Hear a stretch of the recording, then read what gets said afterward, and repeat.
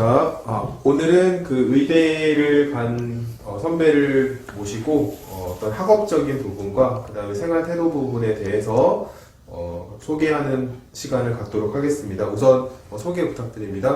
네. 안녕하세요. 저는 자서고 9기 졸업생 김세진이라고 하고요. 이번에 충남대 의예과 정시 지역인재 전형으로 합격하게 되었습니다. 네.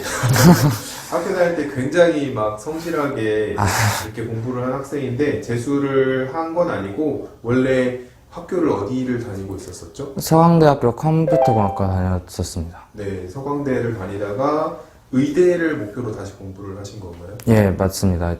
정확히는 반수를 시작을 하면서 의대를 생각을 하면서 다시 시작을 했습니다. 네, 반수를 해서 의대로 다시 이제 정시로 간 선배 얘기를 한번 들어보도록 하겠습니다.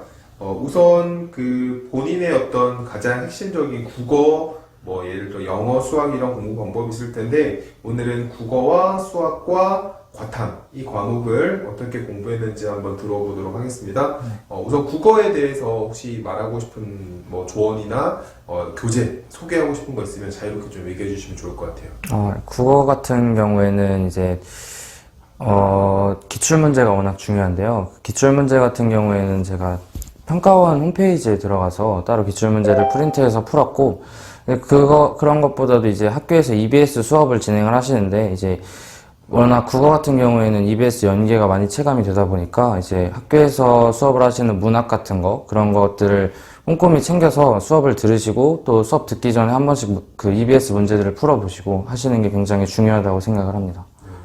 그러면 기출 문제집 같은 거를 많이 풀었을 것 같은데 국어에서 추천할 만한 교재라든지 기출 문제집이라든지 있으면 좀 소개해 주면 좋을 것 같아요. 기출 문제집 같은 경우에는 마더텅이 저는 굉장히 선호했고요. 그리고 교재 같은 경우에는 이제 인강 선생님 중에서 김동욱 선생님의 교재를 굉장히 선호했습니다. 네. 그러면 이게 국어는 제가 알기로 문학이 있고 비문학이 있는데 문학을 공부하는 꿀팁? 이런 거? 그리고 또 비문학을 공부할 때는 나는 이렇게 했다 이런 거 혹시 소개할 만한 거 있을까요? 그 문학 같은 경우에는 이제 아무래도 EBS 연계가 많이 되다 보니까 EBS를 먼저 다 풀어보는 거를 굉장히 추천드리고요. EBS? 네, 그리고 내신이랑 워낙 공부하는 방법이 다르다 보니까 그렇게 내신 공부하듯이 막 외우시는 것보다는 한 번씩 읽어보면서 이제 이해를 하는 게 굉장히 중요하다고 생각을 합니다. 비문학 같은 경우에도 그 지문을 읽으면서 이제 지문 내용을 달달 외우려고 하기보다는 이제 하나씩 원리 중심으로 이해하는 게 되게 중요하다고 생각을 합니다. 네. 국어는 제 전공이 아니기 때문에 저도 잘 모르지만 그런 부분이 도움이 많이 된다고 합니다. 자, 다음으로 이제 수학에 관련된 부분인데 사실은 이제 이과 학생들은 대부분이 수학만 공부를 해요. 자습할 때도 보면은 수학만 공부를 하는데 이 수학 성적을 오르는 게 참 쉽지는 않습니다. 그래서 수학에 대한 부분을 좀 자세하게 좀 들어볼까 하는데 수학을 혹시 내용 공부를 어떻게 했는지 그걸 한번 좀 말씀해 주시겠어요? 내용 같은 경우는 이제 학교에서 선생님들이 이제 개념 수업 같은 거를 진행을 하시면 그런 교과서를 이제 듣고 교과서에 있는 문제를 푼 뒤에 그리고 그거랑 관련된 내용을 이제 인강에서 찾아서 공부를 하는 방식으로 진행을 했습니다. 그리고 이제 각 단원이 끝나면 중요한 개념 같은 경우에는 단권화를 진행하는 방식으로 이제 다시 한 번 더 복기를 해주는 방식으로 진행했습니다. 그 단권화라는 게 혹시 어떤 건지 좀 구체적으로 말해 주실 수 있나요? 그게 이제 한 단원이 끝나면 예를 들면 수1에서 수열 단원이 끝났다고 하면은 그 수열에서 이제 등차 수열, 등비 수열 이런 것도 있고 그리고 수열의 합 각각 되게 많잖아요. 그럼 거기서 이제 내가 이 부분이 어려웠다거나 아니면 이 부분은 정말 많이 출제되고 정말 중요한 부분이다. 아니면 선생님이 수업 시간에서 강조를 하셨다. 그런 부분들을 이제 뽑아서 제가 따로 노트에 적어서 적는 방식으로 진행을 했습니다. 네. 그러면 교재 같은 거, 이제 아까 국어랑 마찬가지로 수학에서 추천할 만한 책들을 한번 좀 소개해 주면 좋을 것 같아요. 교재 같은 거, 기출문제 같은 경우에는 자이스토리가 저는 정말 좋았고요. 그 자이스토리 같은 경우는 정말 2번, 3번 풀어봐도 문제가 없다고 생각될 정도로 굉장히 좋은 기출문제집이라고 생각을 하고요. 그리고 다른 사설에 있는 문제집 같은 경우에는 현우진 선생님의 그 교재를 굉장히 많이 이용했습니다.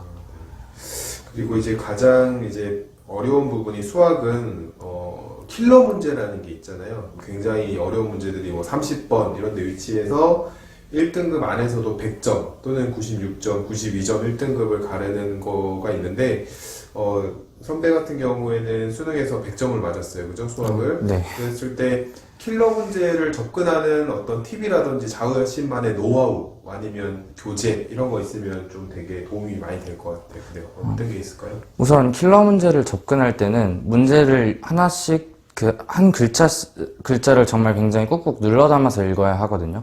그래서 문제를 첫 줄부터 천천히 조건을 하나하나씩 따져가면서 퍼즐을 푼다는 느낌으로 하나씩 조건을 맞춰 나가야 돼요.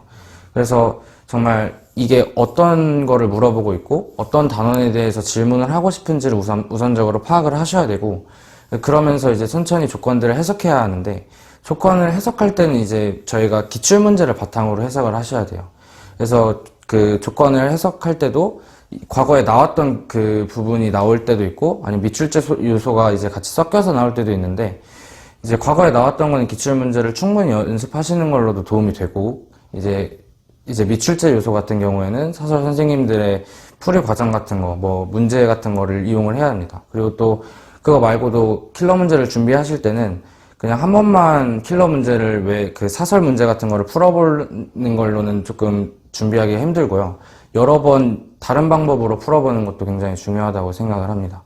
그리고 그거 말고도 기출문제 같은 경우에는 한 선생님 수업만 듣기보다는 다른 선생님들의 수업을 들어서 시야각을 넓히는 것도 되게 도움이 많이 될 거라고 생각을 합니다. 그 평상시에 그러면은 그 수학 하루 공부하는 시간은 몇 시간 정도를 하셨나요? 하루에 오전에는 기본적으로 2시간을 했고요. 그리고 오후 저녁 때쯤에 한두 시간 정도는 더 추가적으로 했던 것 같습니다. 그래서 하루에 적어도 4시간은, 적어도 4시간. 네, 3-4시간은 했습니다. 자, 그리고 이제 과탐이나 이제 사탐 같은 이제 탐구 과목인데, 탐구 과목에 하루에 배정한 시간, 그 다음에 공부하는 방법 이런 거 있으면 좀 소개 좀 해주세요.